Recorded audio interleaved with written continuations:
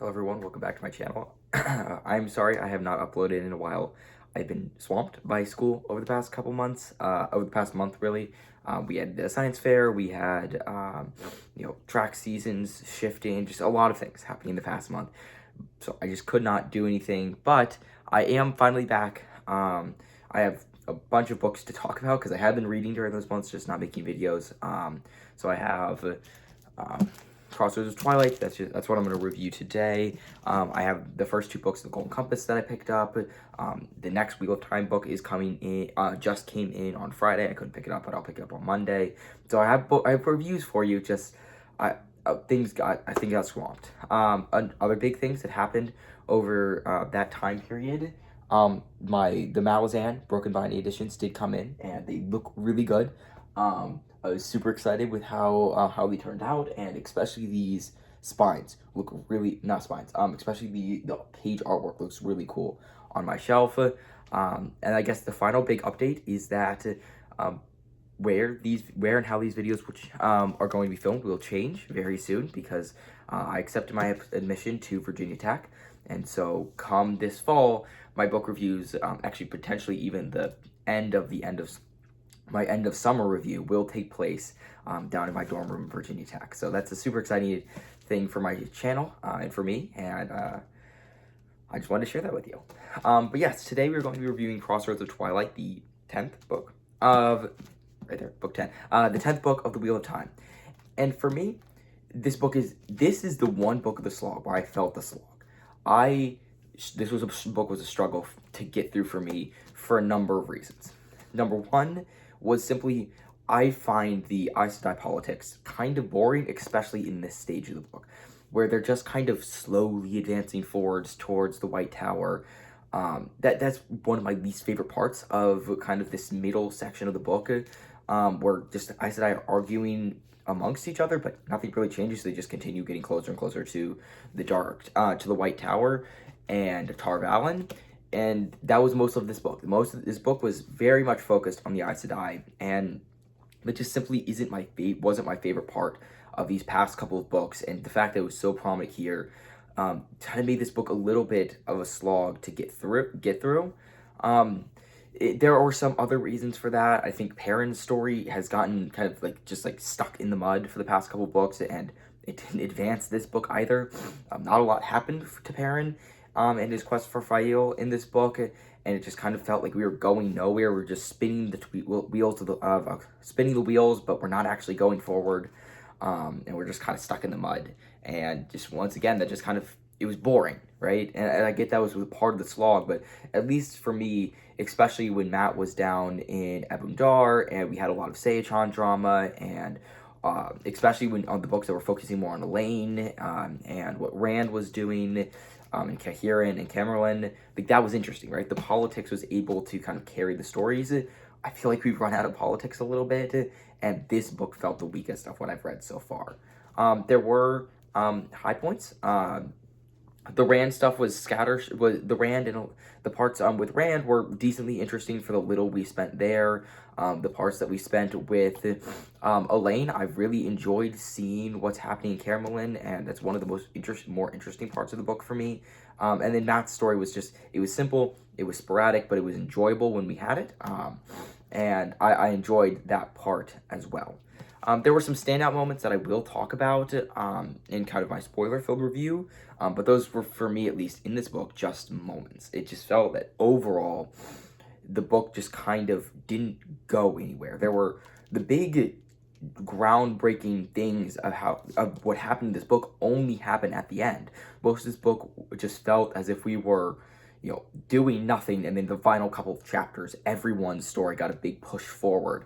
But that was it. The final couple of chapters, if you could have taken, the back chunk of this book out, and just read that part, that would probably give you the gist of what is happening, what's changing from this book to the next. And it just made for kind of a slow, boring reading experience. It was unlike even the previous ones. I didn't want to pick this one up quite as much, simply because there was nothing going on. At least in the other ones, there were interesting political discussions. This just kind of nothing. So I'm really hoping that I've heard that this is the last book of this log, and I'm glad for that. I hope it picks up in the next couple of books, because this was probably the roughest experience I've had with Wheel of Time so far, and it just really just wasn't super enjoyable. But I will see you in a second for my spoiler-filled thoughts.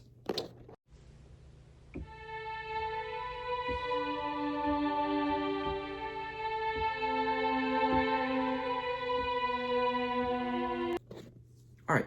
So when it comes to spoilers, like I said, there were standout moments. Like, I'll start with Perrin's, because he is probably one of my favorite moments in this book, because this entire storyline is like, I love Perrin, and I love Fael, and I love spending time with Perrin, but nothing happened, right? We investigated the Shido, and there was some interesting stuff with Fael with the Shido, but for the most part, nothing changed for Perrin.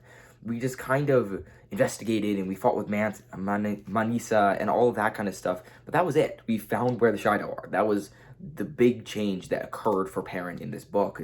And so I just kind of felt like, despite having, probably a good chunk of, probably about 100 pages with one of my favorite characters, nothing happened with him. And I feel like that's one of the biggest problems I feel. Like, Perrin kind of got shafted during the past couple of books, where nothing's happened with his character, and I just feel like he could have been better utilized anywhere else other than where he currently is. But of course, though, it depends on how this area is used in future books. The standout moment, though, is So Harbor. It was actually a really good. I loved the chapter in So Harbor, just the feeling of uneasiness and just like dread of they're not sure what's going on and what's happening. And it was a really effective chapter.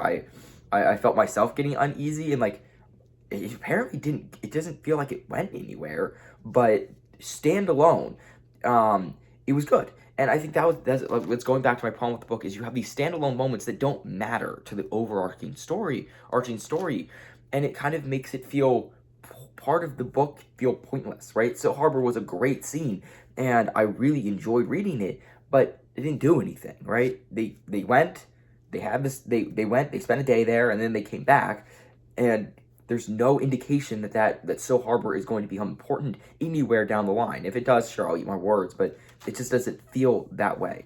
I think the same thing happened with let's go over to the Aes Sedai. Like I said, one of my least favorite, one of the most boring parts of the story is just like sitting around this camp outside Tar Valon with the rebel Aes Sedai and Egwene. And like, once again, I like Egwene as a character, and like, there were some great moments. I think obviously the meeting where they're talking about the Ashaman is really awesome. I enjoyed that part, but it was not only boring, it was kind of just like, when what's happening with Absol, whatever the one Forsaken is, who's playing as Egwene's maid, and knowing that that's happening, and just, it's kind of a slow and at parts infuriating section where they can't figure it out. And like, obviously there's no reason that they would be able to. For me, I was just frustrated about what was happening, the slow pacing, and how the characters were reacting to everything in that section. And like I said, the council meeting where they talked about the Ashman was really well done, and I enjoyed that part. But that was pretty much it. Other than that, and Egwene getting captured at the end, most of the book, which I feel, based on just like vibes, I felt was following the Aes Sedai. Those are the two major things, two scenes that are the encompassment of what felt like 200 plus pages of reading, it just dragged a little bit for me.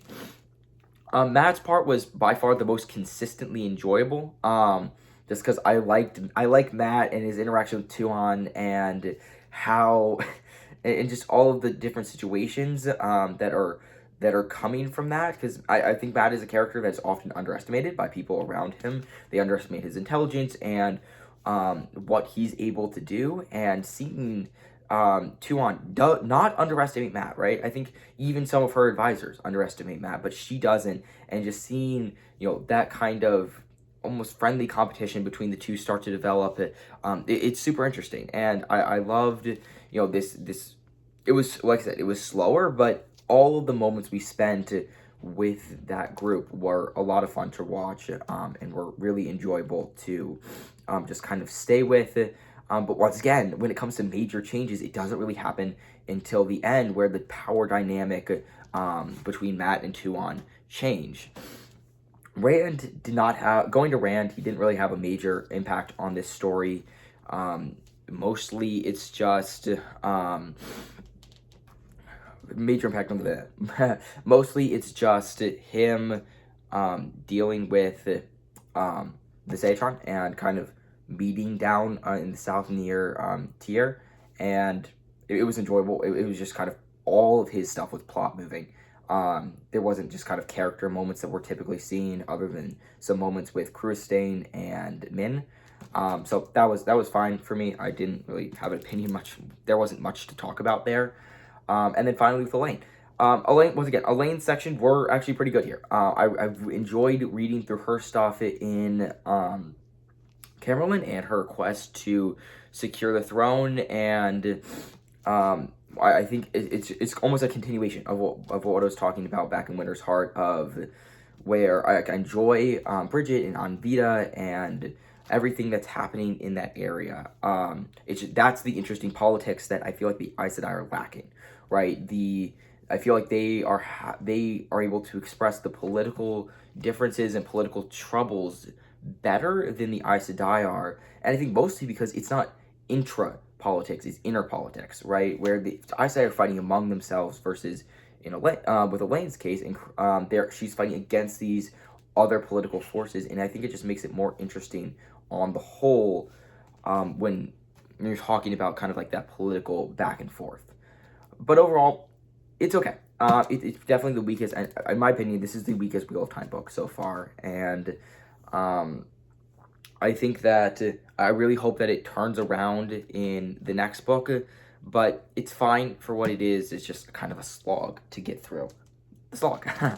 But yeah, thank you so much for watching. Like I said, I will have a Subtle Knife and a Golden Compass review out, hopefully soon. Kind of workload is starting to lighten up, and I do really want to talk about those books. Plus, like I said, we're probably going to get the third Golden Compass book, as well as the 11th Wheel of Time book. So we're coming up on the end of Wheel of Time here. If you have any book reviews, books you would like me to review, write them in the comments below, because like I said, I'm running out of books, because I'm almost done with Wheel of Time. And thank you guys so much for watching. Hope to see you next time. Bye.